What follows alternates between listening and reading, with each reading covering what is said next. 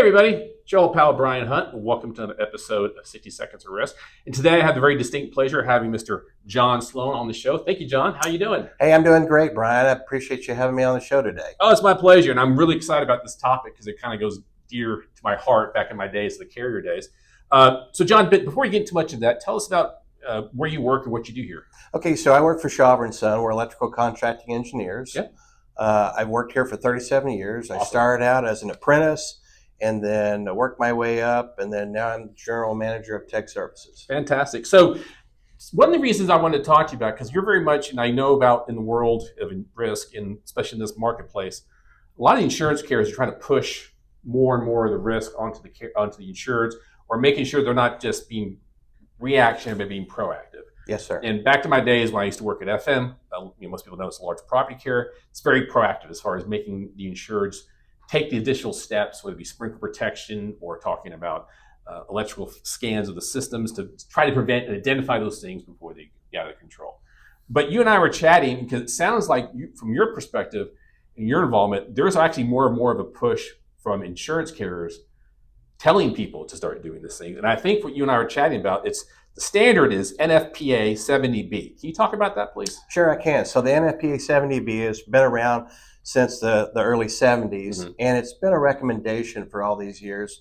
Good practice, but basically it goes off of whatever the manufacturer recommends, and typically every manufacturer is a 1 year. Okay.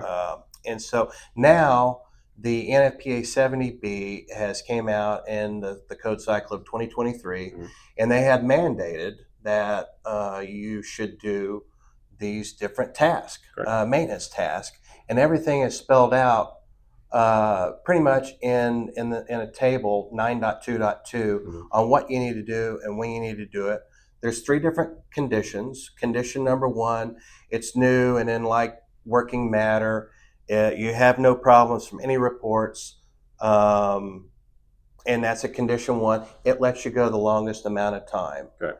At condition 2, you have had some problems in the past, taking care of those, but now you're starting to see some things fail, and so therefore you need to do a little bit of extra maintenance. And so the cycle gets a little bit tighter.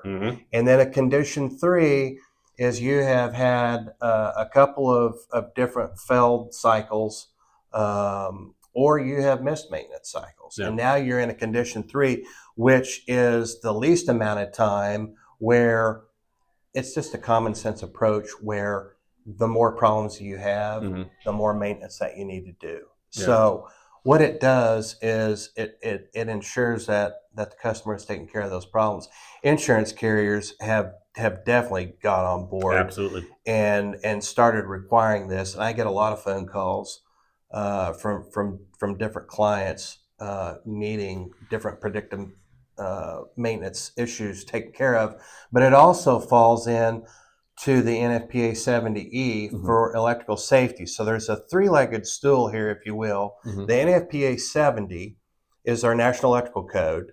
70B is maintenance, and 70E is safety. Okay. So really, it's a safety-driven thing in our industry, right? Yeah. But if you don't test your breakers, you don't do maintenance, how do you know that the fuses, the breakers, different things like that are going to respond when they're supposed to respond? Right. So you might have higher incident energy, and therefore a worker could get injured.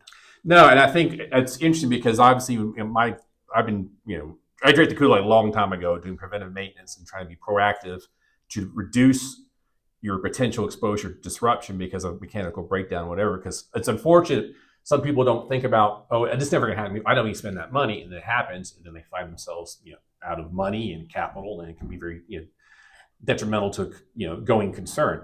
So it's interesting though you bring the point, because I think a lot of times we try to advocate and say do these things to reduce your exposure, but sometimes they don't want to do it. But it's funny that now insurance is driving the horse, making people start doing these things. Yes, sir. Yeah. So I'm curious, with this, if you could sort of, in a quick conceptualization, what has been sort of the interest in this, as far as, you talk about your peers, people in the industry, you try to preach good practices, and maybe it's been a slow haul or a slow drive to get people to do it, but is it really changed? Has this really changed the people's interest as far as, we got to start doing this? It really has changed because, for one, everybody wants to bring home their people every day without an injury, and that's, at the end of the day, that's the number one goal, of safety. Sure.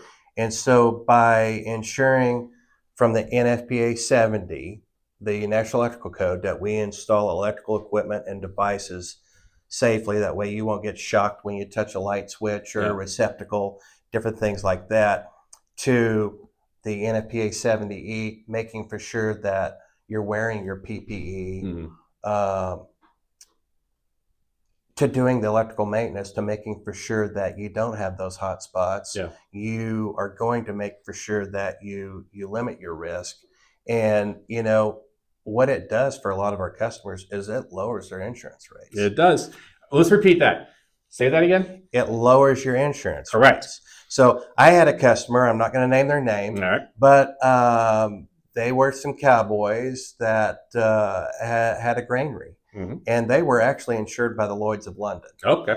And I said, if you would perform electrical predictive maintenance, it's going to lower your risk rating, which should give you money back. Correct. And so his words to me were, if it does, then I will hire you. And so he called me in 2 weeks and he said, you're hired. and he was actually making money off of us because they lowered his insurance rates so much for us doing the EPM that, he made money. No. And so we'll wrap on this. I think that's a great point, because in this market, when I'm talking to my clients and the peers out there in the industry, there's more and more push, the carriers pushing more onto the insureds to be more proactive. And so it really follows the whole concept of an ounce of prevention, pound of cure. If you do take these things, the carriers will notice, and therefore you'll get the attention of more and more carriers versus, say, someone who doesn't want to do the risk safety, and you're going to get less options from the marketplace. Yes, sir. All right.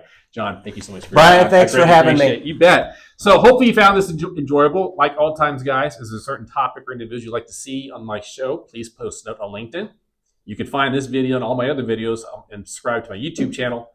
And you'll find the links to these videos on my Facebook, website formerly known as Twitter, Blue Sky, and Substack.